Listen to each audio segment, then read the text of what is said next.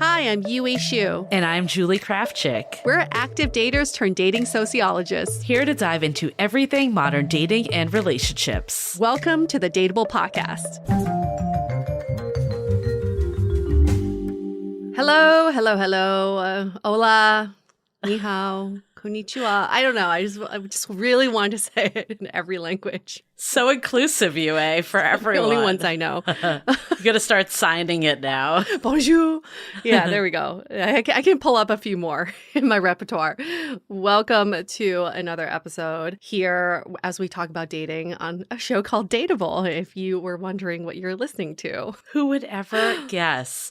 Yue, I'm so excited. First of all, we have a great guest in store, so I'll start with that. We have the remarkable Ken Page, who, if you've been with us for a while, we had Ken back in 2019, if you recall. And he was such a crowd favorite. And we've had so many new listeners since then that the two of us were like, we need to bring it back. So first and foremost, in for a treat today. But also, we were featured on Apple Podcasts, Road to Romance, on their homepage, along with Ken Page. How serendipitous. Deeper Dating, his podcast, was also there right with us. They have such good taste over there at the podcast, so they really know how to pick them. But they also picked a few that I never heard of, so maybe it gives us some new listening for the weekend. I was like, ooh, new competition. Or new guests. We could look at it that way as well. Yes. We also had You Up was on the list. We've had Jordana and Jared both on our podcast as well. I think that was the only other one where we've had the hosts as guests. So yeah, we need to see who else is interesting from the list. Just when you thought there couldn't be another dating podcast. Oh, here there are. There comes a million more every year. And we are still one of the survivors 7+ years later. And we're very proud. We're basically like cockroaches. We will not die on this platform. Oh my God, is that our new branding? We just get like a t-shirt. Podcasting cockroaches. We've been around for 7 years and we're not going anywhere.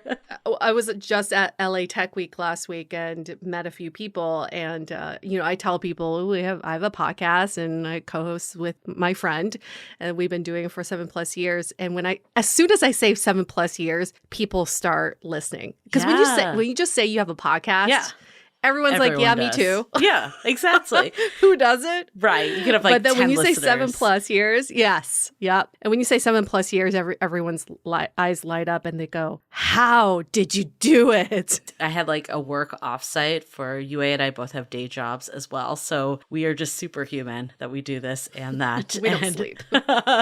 So we had an activity and I think most of the people knew I did a podcast, but not maybe everyone. One of the activity icebreakers was like a hobby of yours. So I shared about just like, podcasting, audio producing, all this stuff. And people looked it up and they were just like, oh, you guys are legit. Like that was the response. Because I think it's exactly what you said. Because you look at the reviews and you're like, oh, so another call out to give us a review so people think we're legit. Yeah, it almost feels a little strange to say like we're minimizing what we do when we say we have a podcast. So now I just say, I have a media production company that does a podcast and we only do a podcast. But we're expanding. Well, we do have some other media in the works. Oh, we do have 2 podcasts. Let's just say this. We have 2 podcasts that are part of the brand. Yeah, and we're expanding into other areas. So it's not completely lying when I say it's not at all. It's a media production company. We already are doing it. It's just not all public yet. So we'll be cryptic for a little longer.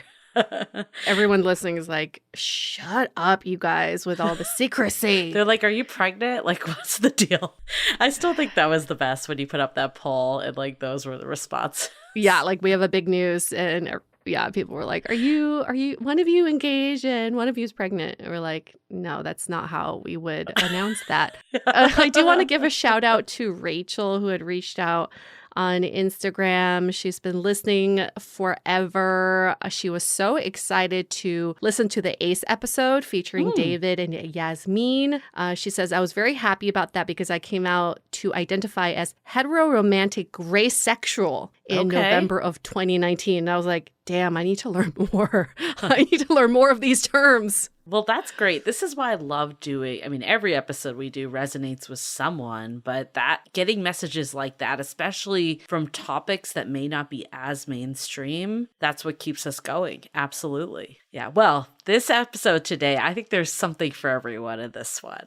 Ken Page is a gem. We'll just start with that. First of all, I feel like his voice is so meditative. So obviously take in all his words, but just listening to him talk is reason to keep going on this episode in itself. Such calming presence. He's a true gift to he really humanity. Is. Yes. The minute we met him, it felt like we've been old friends for forever, right? He just gives you this feeling of comfort and safety and also compassion. He really, truly listens. But this episode, something that Ken, I guess, is part of his brand, which is your core gifts. And if you are a listener of Deeper Dating Podcast, he talks about core gifts quite a bit, but we wanted to make it very actionable for our listeners. What does that mean, having core gifts? And how do you use that in dating? What does that even mean? So this is basically the setup for what this episode is about. Yeah, and we're going to go into all of that, but we all have those things. What really struck me with Ken with the core gifts is typically we can like name what's great about us pretty easily, right? For the most part, we all have a few things that are top of mind,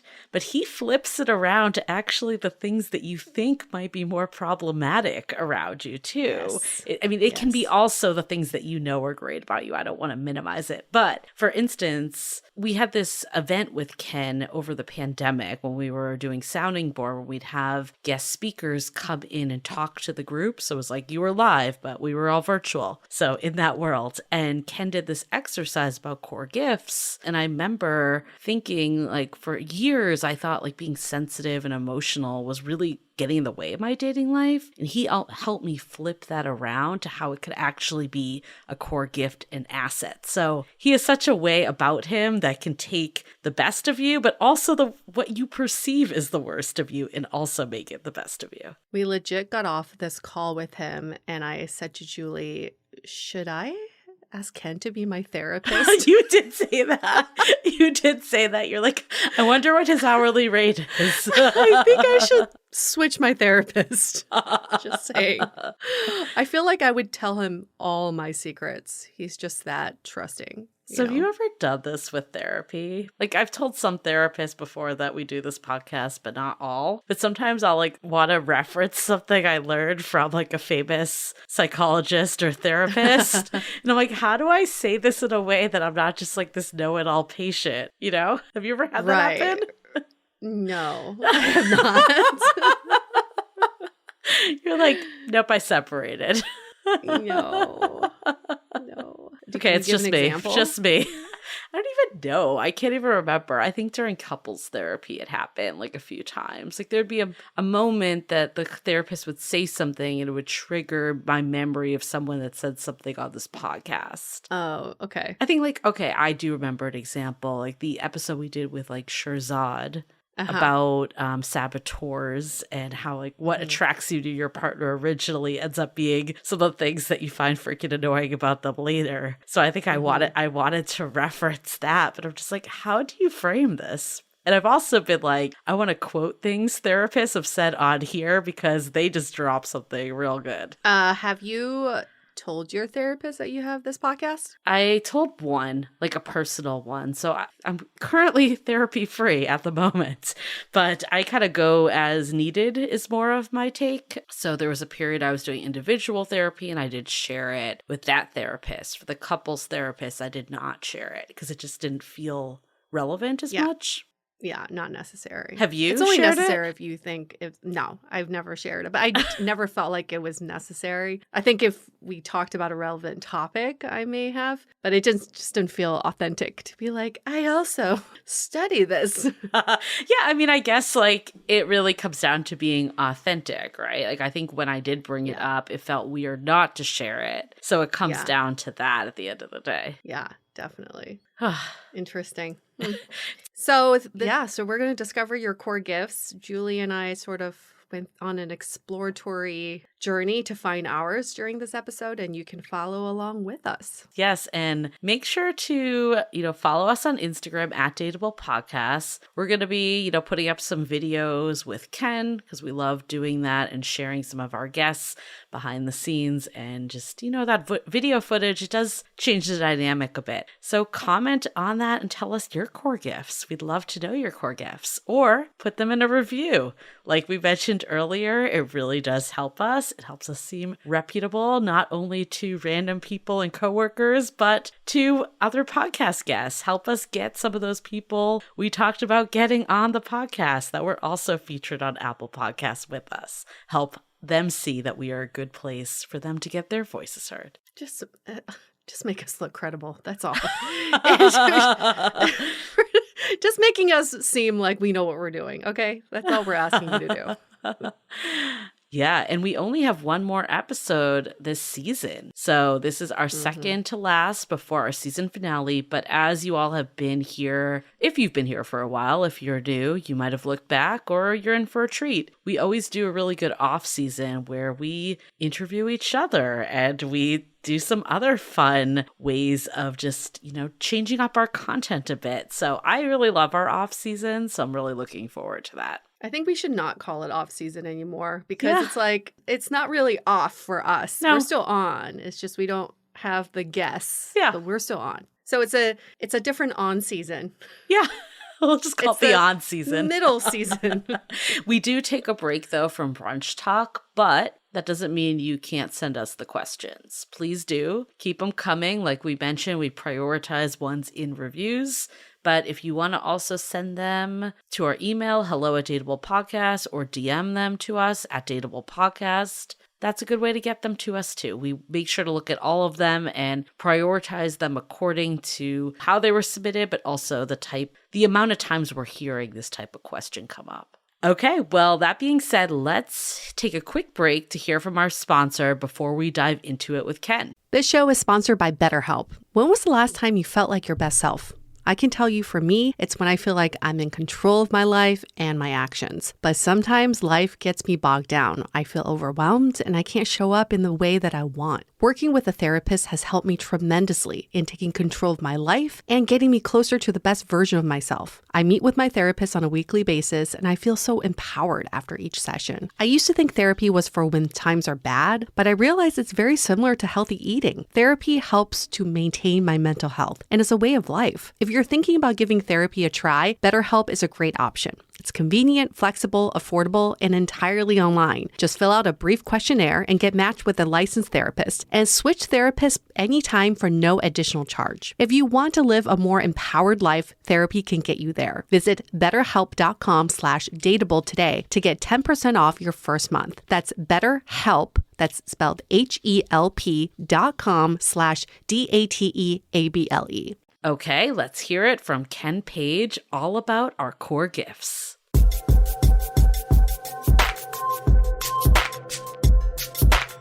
When we're on this journey of finding love, we think about what is standing in our way. And sometimes it could be external factors, and sometimes it could be us. There are things that we are doing that is standing in our way. So today we're going to have a conversation about what actually is getting in our way of love and what isn't. And some of those things that we may think have been blockers for us may not actually be the blockers. So we have a fan favorite back. His name is Ken Page, one of our favorites as well. He is the host of the Deeper Dating podcast, author of Deeper Dating. The wonderful Ken Page. We just love hearing your voice. It's just so soothing. You should have a meditation app.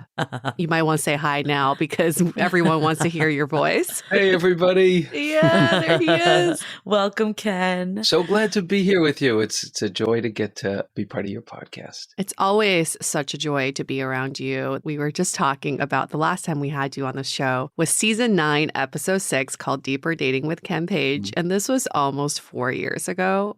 And we were so wild. How does the time fly? You know, it feels like it was only a minute that passed. So that's a good thing. And that's true. It's always nice to have you back. Who is Ken? He is 66 years old, lives in Long Beach, New York, originally from New York City, and he is married and he's a psychotherapist. So let's talk about what's standing in our way. And when we ask anybody this question, what do you think is getting in our way? People immediately focus on the negatives of themselves. Why do you think that is? Why is it that we're just always going to the negative? Well, I think that comes from a problem-solving mentality and a quick fix mentality, which ultimately looks like a really sexy, wonderful journey and ends up in the swamps of self-sabotage. So, because it's a journey that is not based on self-honoring. And if our journey is not based on self-honoring, it's going to bite us in the butt. It will ultimately create pain. And interestingly, it will lead us to be attracted to people who are not good for us. Because the foundation, the way that we're self-organized around our search for love is a self-sabotaging one, and that recreates itself. And in my work in the field over decades, I've kind of seen that again and again and kind of built a map out of that, of how people can start with a place of self-organizing based on honoring who they are. Simple, simple, simple. Honoring who you are and looking for people who can do the same and where it's mutual. That's the wise path to love, like in the tiniest, simplest, most powerful form. But dating advice is all about how we have to fix ourselves and change ourselves and change the way we look, change the way that we act. And now with this totally crazy making addition of, but you have to be authentic, like, which is just, Right. completely impossible. So if your goal is love and you're not doing that search based on the real skills of love, and if it's not originating in self-love, you're kind of going to be screwed. So, so much advice doesn't come from using love as the medium and intimacy as the medium. And that's why I think it's such a fixation, fix this and you'll get what you want.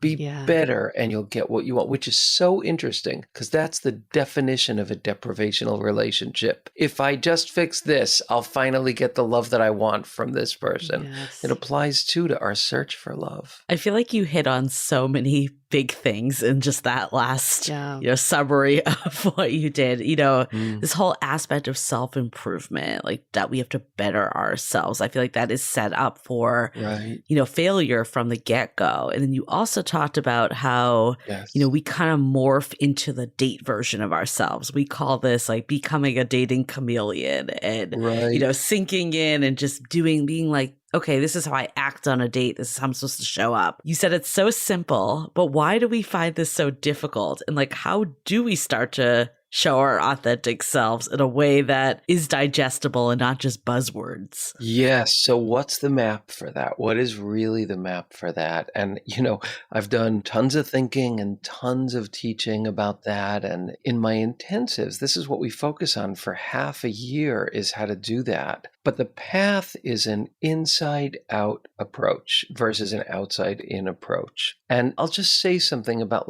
the stages that we need to go through to kind of do this in a different way. And the first one is the key one. And it's what I call the discovery of your core gifts. And what does that mean? That means a kind of radical authenticity. Picture a target, like a kind of target with a bullseye in the middle. So if you imagine that the closer you get in toward the center, the closer you're getting toward your humanity, your true authentic self, the place where you hurt, the place where you shine, the place where you care, the place where you have needs, the kind of beating heart of your humanity, which is not an easy place to live in. It takes an ongoing journey of being able to bear the heat, the need, the love, the effusiveness, the vulnerability, the sensitivity of those parts of ourselves. But we can do that little by little. And the key is this, that the parts that we have tended to be most awkward or timid to reveal are where our greatest beauty lies and where our deepest magnetism lies. Those parts need to be cultivated and honored, and they need to be named. So in the intensives, we spend 3 of the 6 months naming these parts of ourselves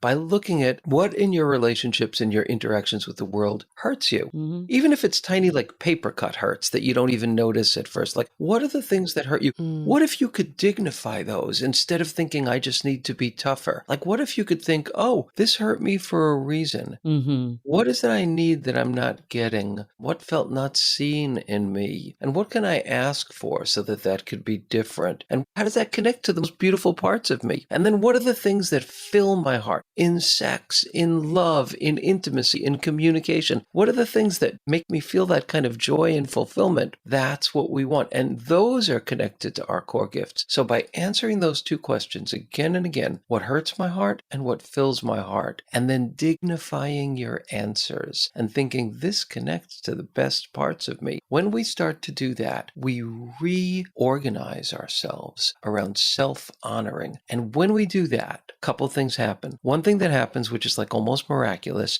is we start being attracted to people who are better for us. Yeah. The other thing is we start attracting people who are better for us. This is kind of a miracle, but it also makes sense because we are organizing around authenticity and love instead of organizing around all these defensive fixes that we get told to do. And when we do that, we shine. We shine with a light that is our personal light. And the people that are looking for someone like us will notice that, will recognize that, will resonate with it. And the big scale, that's like the key here. So I don't know if I ever told you this, Ken, but I feel like you did change my outlook with this. We had Ken a long time ago on our sounding board. And I remember for years, I thought being, emotional and sensitive were issues. Like that was getting in the way of my dating. And I've realized that like on the flip side of that is that, I'm able to be passionate. I'm able to love deeply. I'm able to open my heart up and really feel. And I think having that flip was so instrumental. Like what are some other things that you see with some of the people you work with that people go in being like, this is getting in the way? And then how do you start to see like the positives of it? Oh, that's like the question. I love that question. But what I want to say first is those gifts are exactly what you're doing here now. Those gifts are the very fuel of all that you're giving and all that the two of you are doing here. So sometimes we get to do it a little more easily in our professional life than our personal life. Like I know the parts of me that I was most ashamed of as a gay man in this world were my sensitivity, my vulnerability, but my clients wanted that. That is funny. That helped. Yeah. It's not as personal when it's work, right?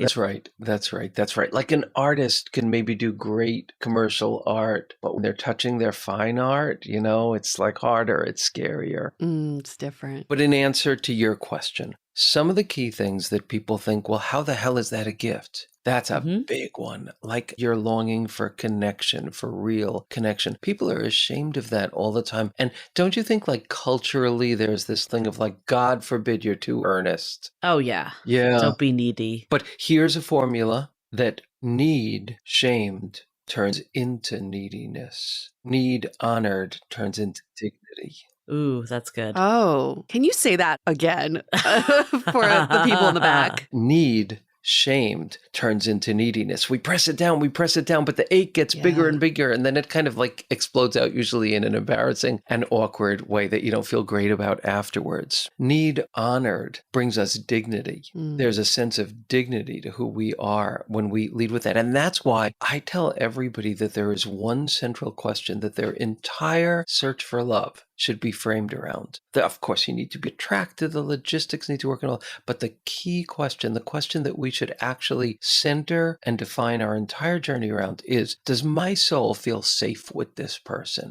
100%. And then when that becomes the question, people feel our dignity. And then the other thing that happens is that's how we develop a secure attachment style, because our deep insides know that we're finally going to be taken care of, so they can begin to relax. We don't need to protect ourselves with an armor. We can protect ourselves with our spine, with our dignity. And that's why this journey heals our heart. Need is a really, really big one. People are like, how is that a core gift?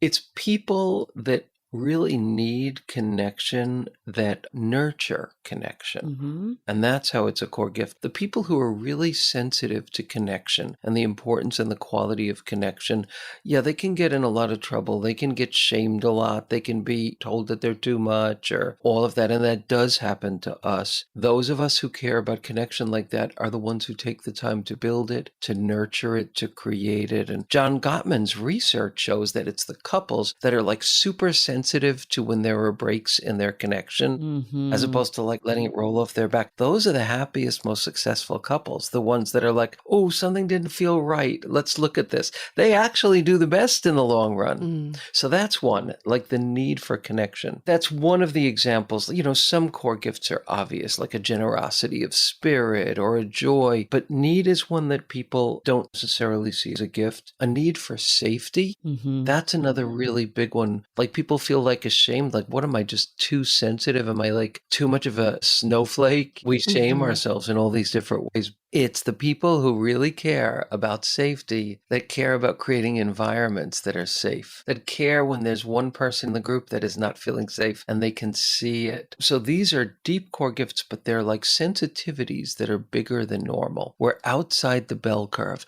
And that's where our greatest gifts often lie, is outside the bell curve. Another one is ferocity, a kind of fierceness.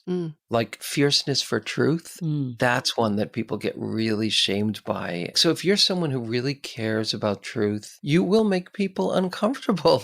You will. So we have to cultivate a sense of like why that love of truth is actually a worthy thing, and that fierceness is something that probably most people won't know what to do with. But the people who do are our people. And there's just one other thing I want to say about this is when you take a core gift and you shame it, it acts out. Just like with children, just, like with everyone. So it acts out either by suppressing itself, which is a masochism, or it acts out by like lashing out, which can get us in trouble. And we feel like, oh, this part of me, it's just too much. But the more we learn to honor it, the less strident it becomes, the less ashamed it becomes, the more it gets like equalized, and we get to be these amazing people that actually integrate it. So when you do that stuff, you will be like this wisdom dater. You will have a power, you will have a beauty. Most people it won't work with, but that's okay, because when you have your eyes set on what you want, you really save time. Ken, it makes so much sense with the examples you're giving, but I am struggling with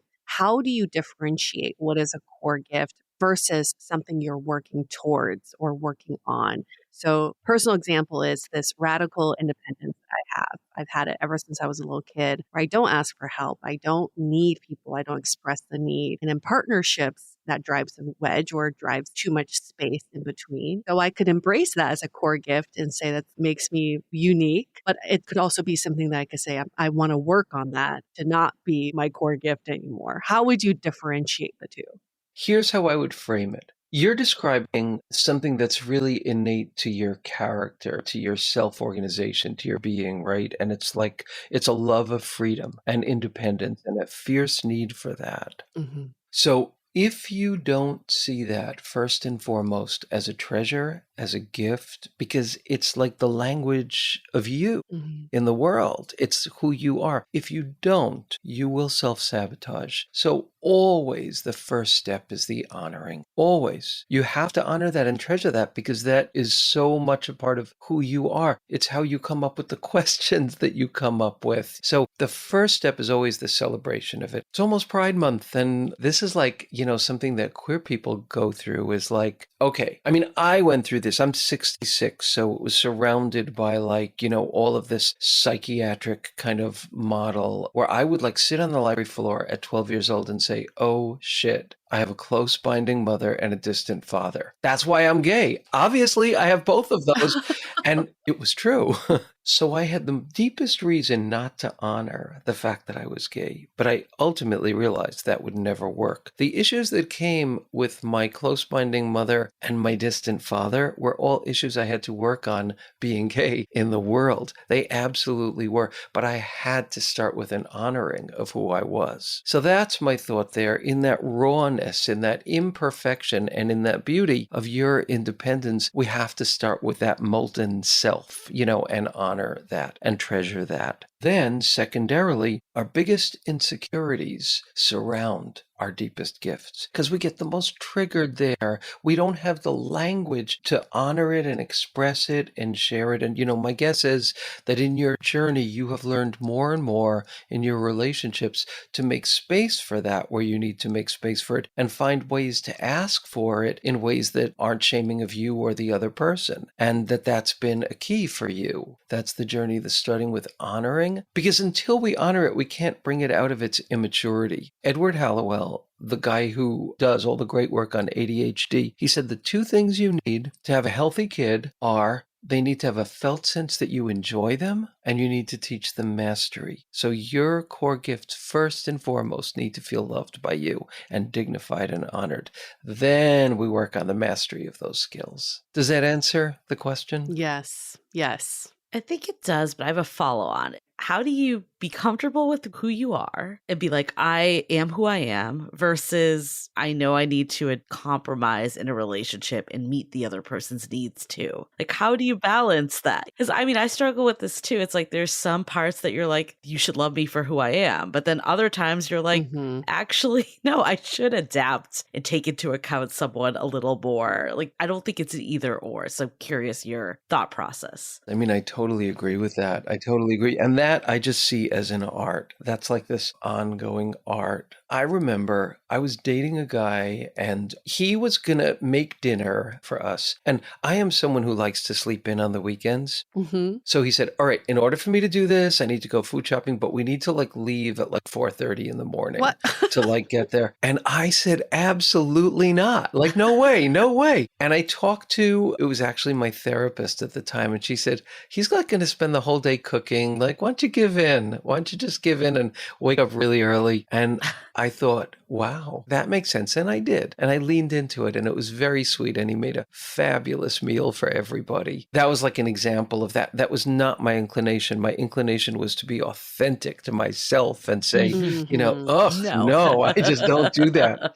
So yeah, it's such an ongoing journey. And I think if you're with someone and you feel in general that you both really care about the other one's well-being, it's easier to bend in that regard. Yeah, maybe that's the key. It's knowing yourself and the gifts that you have, but also being able to recognize when you don't want to just adapt to appease the person, but adapt because you want to build a relationship with them. Yeah. This is something I find is that when I meditate, I often will think, oh, why don't I just soften up a little about that and compromise? But it comes naturally. It comes as a gift because I have a tendency to harden around the things that I want that feel like they might be threatened in a relationship.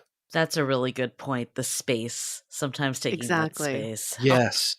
That's exactly it, especially for a lot of our listeners who may have been single for a while. I think many people know their core gifts and maybe don't want to budge around their core gifts. And me thinking in this conversation is thinking about, it's not so much about budging or sacrificing, but it's about how do we keep evolving these core gifts? And they could look a little different, right? It could look different with different people, 100%. Depending on who you're around. So it's good to have that flexibility. Absolutely. Yeah, that's really important. And that's to me the beauty of a conscious dating journey is that you say, oh, you soften or you get insights and then you follow those insights. To me, that's why conscious dating heals our lives and leads us more quickly to love. If you think back on those aha moments where you had an insight that helped you love better and love deeper, those are gold. And we want to cultivate that. Yeah, and I think there is clearly a line too. Someone might fall for you because you have your own life, you have things going on. They might appreciate that. But the line might be that you have no time to spend with them ever and you're always doing your own thing. Right. So I think that even though we could look at a core gift, I think sometimes we tend to look at it holistically, but it's how do we dial it down to what is the gift here versus what is actually getting in the way of me having the relationship I want. Right, exactly. And if you don't start out with the honoring of the gift, if you don't start out with that, your gift will feel protective, defensive, and unprotected. That's why it's always so good to, you put the mask on yourself first in the airplane. We start with kind of the self-honoring. And then we can be generous. But until then, we're not going to be generous. We're going to be tight. And I want to remind our listeners what we're talking about here, because I want to circle back to initial question, which was what is getting in your way and what isn't. And what we're talking about here is it's not about the deficiencies that people have, because people often go to that is I'm not this enough. I'm not this, I am not at this point in my life. I have many examples of what they're not. But what you're saying here, Ken, is let's go to what we are, embrace those, honor those, and use those to guide us instead of thinking about roadblocks. Here's like the guiding light for us to get to the people who are suitable for us. So when people have these thoughts of deficiencies, which is natural, what is some advice you've give to people to not have that be that first knee-jerk reaction? Well, one thing I would say is in writing my book, Deeper Dating, I did a lot of research. I talked to a lot of people, a lot of couples, and in my life doing this work, and I imagine in your life doing this work, I've seen people fall in love at 90 years old and have the great love of their life. I know someone who contracted AIDS and had been single forever, and it was only when he got AIDS that he fell in love for the first time. I know of someone who was a quadriplegic who fell in love with someone who did not have those challenges, and it happened because of the work that he did. So I think that the thing to remember is it's not this linear model. It is not so much a numbers game. It is not so much that you have this and this and this and this and this is what you need to, be on the A list. It is not those things. There's some deeper physics here that really, really works. And that's why people who are like smoking hot, wildly gorgeous have less success often in finding love. Right. And it's actually people who are more in the range of average looking that have the most success in finding love. It's not because of those things. It's that other factors are at work. So I think that that's just something that we all really need to remember. And the other thing is, it's really true that different people are attracted to different types of people. And some amazing people are really comfortable being with someone who have a lot of challenges going on in their life. They've been unemployed for a period of time or whatever. There are people who are there for that. They have wide shoulders. Not that you want to live in that state permanently, but wherever you are, as long as if you've got an unstabilized psychiatric disorder, a serious one, you got to work on that. If you have an addiction, a serious addiction, you got to work on that. This won't work. These ideas won't work. Nothing will hold until those things are addressed. But outside of that, whatever your situation is, your employment situation, your age, your weight, where you live, those things are actually less important. It's this combination of self-honoring plus bravery and getting out there. And let me just say one more thing. Go to environments with people who share your values, because that will speed the process enormously. I think that is definitely a lesson I've learned along the way. In culture and society tells you that you need to be a certain way, and you can really start to get in your head on that. But what I'm hearing from you is everyone is dateable. Maybe there's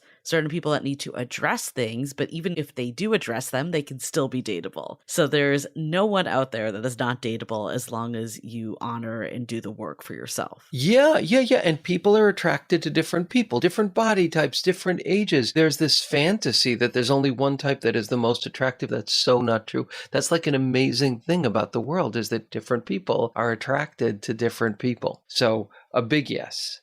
Let's hold that thought for a quick message.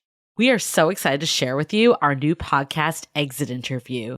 Dates don't usually end with a satisfaction survey, and yet we rate everything in our lives, from Uber drivers to local coffee shops. So why don't we do the same thing when dating? We're here to conduct the ultimate romance review, featuring daters hungry for love who have agreed to call up old flames to gather honest feedback. Welcome to Exit Interview.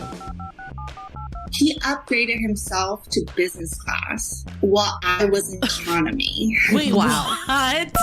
There's feedback that will make you cringe. She could be a little bit hard-headed, not reading the writing on the wall. And feedback that will make you swoon. When she said that she had feelings for you. I had no idea. Really? And maybe you'll learn a thing or two yourself about how you can be a better dater, lover, or partner. Obviously, knew I was going to learn something. I didn't expect this. Welcome to Exit Interview. Listen to Exit Interview on the iHeartRadio app, Apple Podcasts, or wherever you get your podcasts. That's good to hear. We know that, right? I have a friend who's definitely attracted to a certain type that I would never fathom Yeah.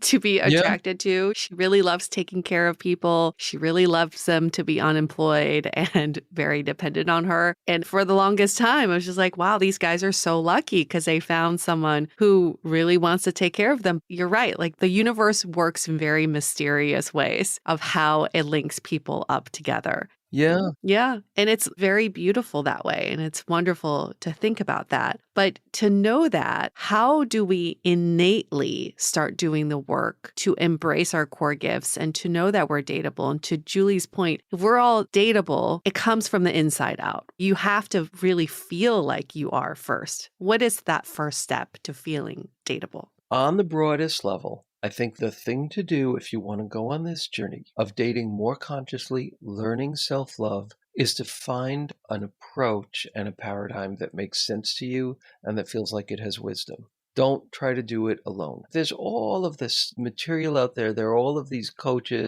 There's all of this written material. There's so much. Look for what really rings true to you and then follow that, but don't follow it alone. Have a coach, have a learning partner, have someone that you do it with, have someone that you can live through the joys and the frustrations and the bewilderments with. So those are two general global things that I would say. In the approach that I teach, which is only one of many, this core gift work is the first step. And it's saying, I am going to learn to see what is my language of living in the world. What is my language of love? What is my language of sexuality? What are the things that fill my heart? What are the things that hurt my heart? And I'm going to dignify that and I'm going to name and distill these qualities that are essentially me that probably I have not honored enough. And now I'm realizing that the more that I honor them, the happier I'll be, the richer my life will be, and the more likely I'll be to be able to find and sustain love. I think that's the first step. And, like I said, I spend half of the intensive just on that. I spend a huge portion of my book. Actually, my book, Deeper Dating, will guide people through this step-by-step process of naming and discovering your core gifts, learning to honor them. That's step one. Step two, then, is to become a student of your own attractions.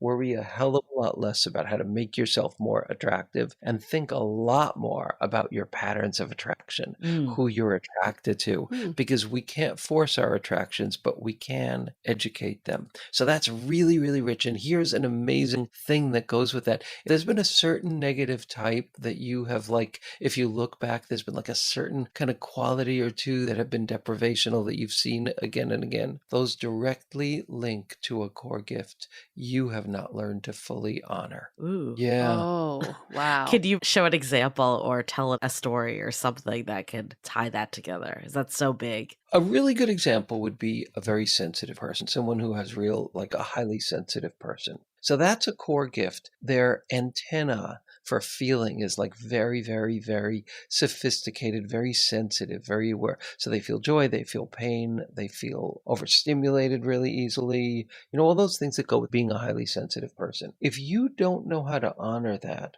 and to me, it's not enough to accept these things. They have to be treasured. They have to be seen as your genius. You gotta be able to look at those qualities like Yue, what's the genius in your independence? What is the genius in your love of freedom? We have to know what that is. So when we don't do that, we will be attracted to people who tell us we're oversensitive and step on our sensitivity and tell us we're too much and say oh God, you got a lot of baggage, or I don't have the bandwidth for all this high maintenance stuff. When you learn to honor this, you find a better language for it. But you also, then if you're asking this question, does my soul feel safe with this person? You're not going to stay with somebody like that. Right. And as that happens, this miraculous thing happens where you start losing your taste for people like that. And you start developing a taste for people that don't do that. It's an amazing thing. So that's an example of that. But now I'll tell you my story that goes back to this other thing. It's a little bit vulnerable, but I will share it. So at one point in my many, many, many, many years of singlehood, I was at a huge dance club dancing with my shirt off with thousands of other men. And I was really pretty buff at the time. I had worked really hard because that was the currency of the realm was, being buff. So I was really buff. And I just thought I would have no problem at all. Like I was just at the height of my buffness. So there I am with thousands of people and I'm interacting with all these different people and no one is interested. No one! Thousands of people. And I knew I couldn't look any better. Like this was it. This was it.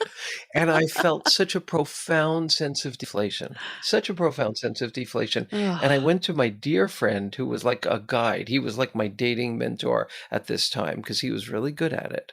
And I said, all right, I'm going to tell you about this. And I fucking dare you to say anything that's going to make me feel one drop better because there is nothing. This is reality. This is living proof. Something is missing. And this is what he said. He said, so look at the guys, Ken. Every single guy has a shaved chest. Every single guy is buff and smooth and hairless because this is like what people do. Mm-hmm.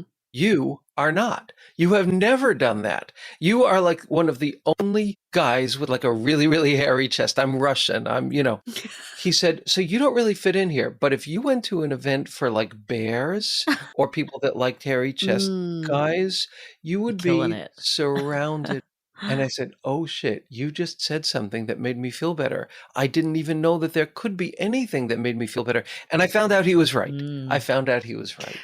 That's just one example. So surround yourself with people that appreciate you is really what I'm getting. I mean, yes, so yeah. And that's in a very physical sense. Like there are people that are going to be attracted to your type, but you're in an environment where people are not necessarily attracted to your type. I had never thought of that. I thought there was no way he could say anything to get me out of this pit of pain. Yeah. And that goes so much further than physical too. Yes. I thought you were going to say that he was going to tell you it was a straight club, which also would make sense. Yes, right. You're like, no one here is attracted. Have you all seen this meme on Instagram that keeps circulating? It's this story about how this father passes down this coin to his daughter and says, before I give this to you, make sure you go sell it and find the best value for it. So she goes to like a pawn shop and the pawn shop's like, this is worth nothing. I'll give you $5. She goes to like a coin store and they're like, this is nothing. I'll give you like $10. And she goes to this like antique shop who recognizes this is a rare coin from a rare, kind of a rare collection. It's like, this is worth $5 million. And the moral of the story is you want to go where people find value in you. And some people may not do that. And why would you want to be around someone who just thinks, oh, you're just another coin that's worth nothing? Right. That is an amazing story. I have chills. That really captures so much of this conscious journey. That is great. So I have a question for you, Ken. We talked earlier about the 2 questions you can ask yourself to understand your core gifts. Yeah. What other ways do you go about understanding them? And then how do you move from understanding to celebrating? Yeah. Okay, so here's what happens. And this is something that I have witnessed, from doing now 17 intensives where I work. Because when I do one-on-one therapy, which I don't do anymore, I've closed my practice, but it's not linear. Whereas in the intensives, we follow up this curriculum. So what I have seen for people is that the very act of naming these qualities and celebrating them and cherishing, like doing a lot of work to say,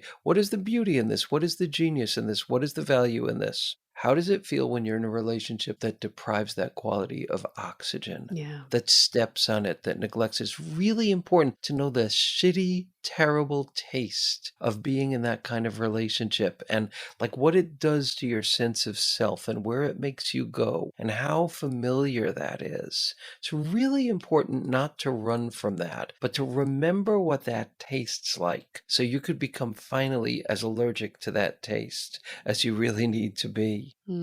So that act of thinking what does it feel like in me? What do I tell myself? What is that place where this part of me is being dishonored? And then what's it like when that part is being celebrated? With those precious people that this part of you can come to life? What's that like? Who do you become when that happens? We need to ask ourselves these questions to re-educate ourselves. And then the remembering of the relationships where that's there and the relationships where these parts of us got stepped on. And as we do that, we actually start becoming allergic to people that step on those qualities. It actually starts happening. The other thing that starts happening is we start noticing the people who honor these qualities. And solid research shows that when somebody meets an important goal of yours, you'll be more likely to notice them and be attracted to them. Things begin to shift. You just get sick of those other kind of things. You lose your taste for them and you start developing this taste for this new kind of person. So I think that it's like this journey that happens kind of organically, but because it's so profound and it involves such a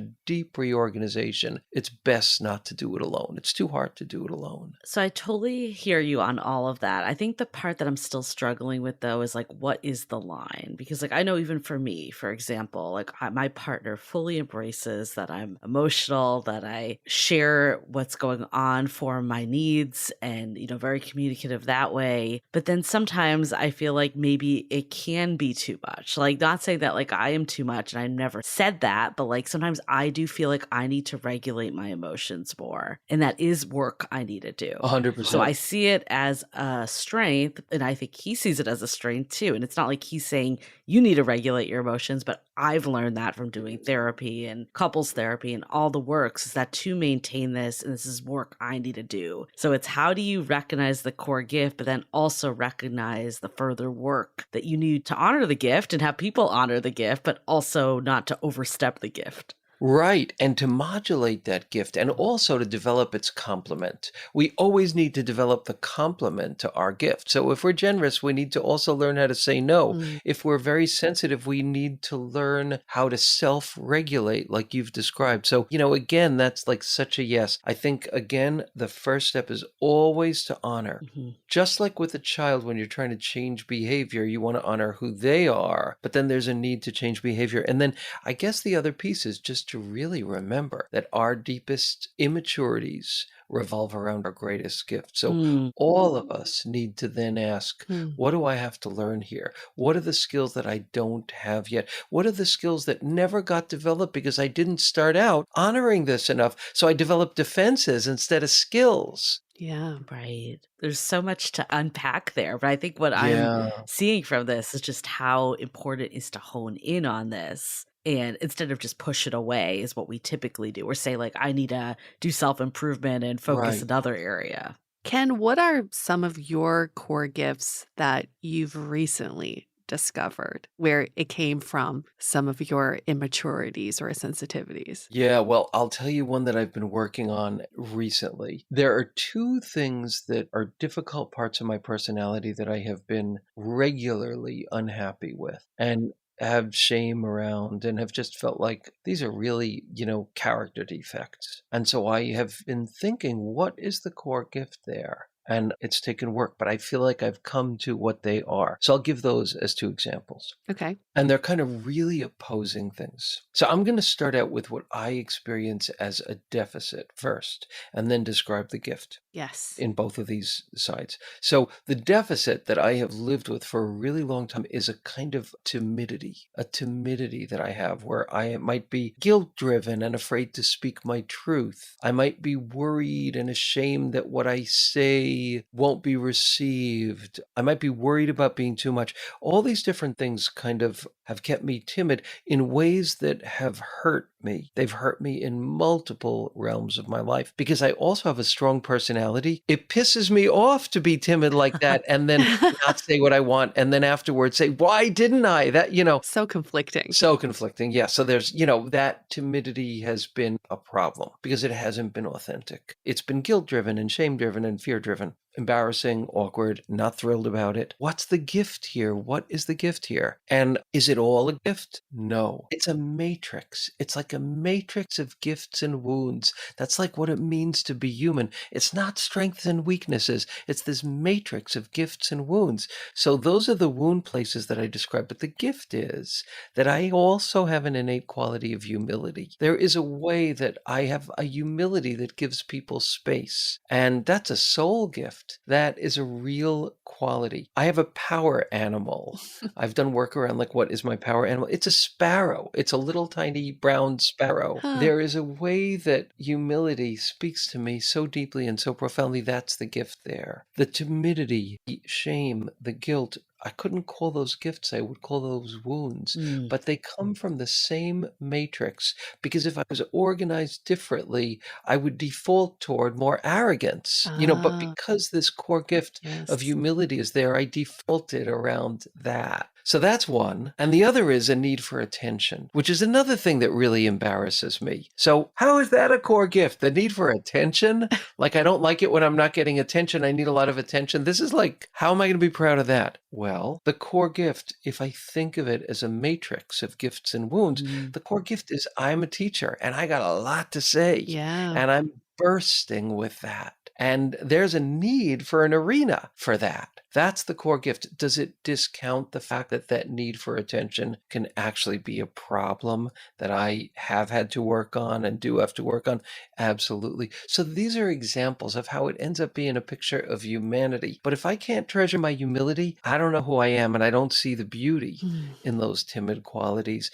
And if I can't honor like the power of my expressing, I'll just think that my need for attention is nothing more than a problem and an immaturity. I think that just hit this whole conversation home for me Yeah. of the matrix of the wounds and the gifts. I think that is what we've been trying to kind of unpack a little more of like, what's the line of being like, I'm awesome versus I have some work I need to do, you know? And I think that is it. Like, that is the way to look at it, and how much of this is coming from, instead of saying like, I need to just forget this side of me, it's really owning it and taking it. And I love your thoughts on this, but I'm starting to connect the dots of authenticity. As we started this conversation of, you're just told to be authentic, but what does that actually mean? Right. And I think authenticity comes from understanding yourself, the good and the parts that need improvement. I won't say the bad, but we're all works in progress. And being able to tell someone too, like, this is my need, but also, okay, I understand like this might be coming from a wound and I need your support and I need to like have patience with me as we work through this. Beautiful, beautiful. Yeah. The takeaway for me is this. We can be in therapy for 24 hours a day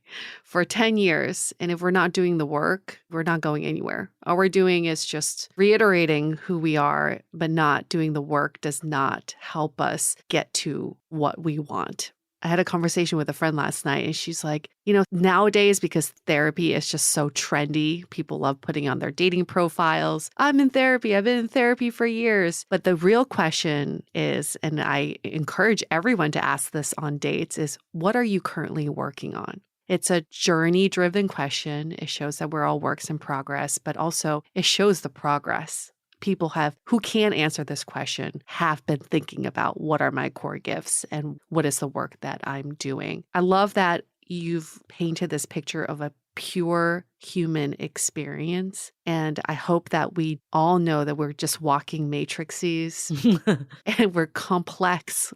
We are all so complex. And there is no black and white to what we are, but there is the gifts and the trauma and the wounds that we've all carry with us. So I hope this creates just more empathy for all of us when we engage with each other, especially on dates. You don't know what someone's going through, but you can always ask. Yeah. And you can always take someone along for the ride. And in a partnership, these are wonderful questions and discussion points. Totally. With your partner, talk about, what do you think are my core gifts? These are what I think your core gifts are. And how can we encourage more of this, celebrate this, and honor this even more? So thank you for bringing that to the forefront of this entire conversation. It's just this human experience is complex. The most we can do is just help each other along the journey. And what you said, I think, captures the way we want to be able to do this, because knowing this, then the question becomes, how do you hold that matrix?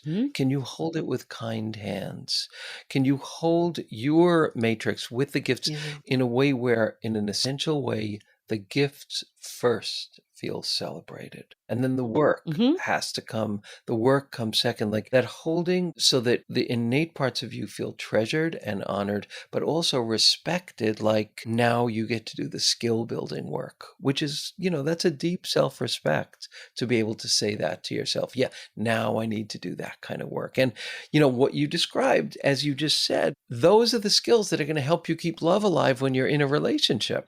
I mean, we touched on it. I think needs is something we feel very strongly. I know personally, I did not express my needs for years. And when I finally did, that was what changed my love life. And we could go into like a whole conversation about needs, but I think at the end of the day, our core gifts, you said they do stem from our needs. And it's sharing that, appreciating that with a partner. Of course, if they are just like, I can't meet these needs or I don't appreciate your core gifts, then that's not the right partner for you. We need to know that, right? Yeah. But then there's also going to be a lot of gray area too, where like we were saying with the matrix, some part is a core gift that's very much appreciated. Some parts might be detrimental to the relationship. So how do you work on this and just keep the open conversation? But the only way to do that is knowing yourself. If like you don't even know your core gifts or your wounds, like how do you even have that conversation? Right. You just either dismiss everyone or you spend time with the wrong people. And that's a really important point, because until you have words for your needs, you will create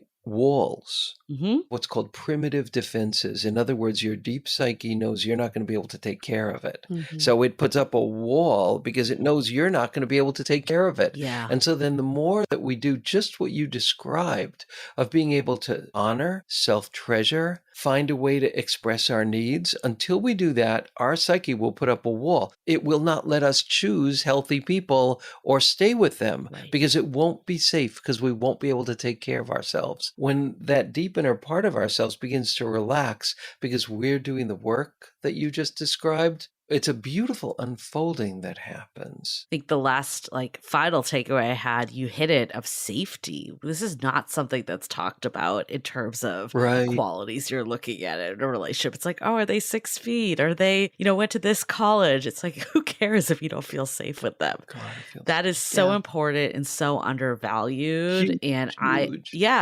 And I think from doing this podcast for years, I was in my head and doing the mental checklist of all the criteria. And then when I finally got into feeling in my body, that's when things changed for me. And I think for so long, you think of feeling like, oh, I just want to feel the highs of a relationship. Yeah. But most of it is do I feel safe and secure with this person? It is, because then we get to flower. Then we get to be radical. Then we get to take risks. And when you feel safe and you can take risks with your authenticity, it's scary, but that scariness builds eros so intensely, especially if your partner can hold that and appreciate it. That builds eros fiercely. Ken, every time we talk to you, I just want to grab a fuzzy blanket and just sit in a corner and journal and just reflect.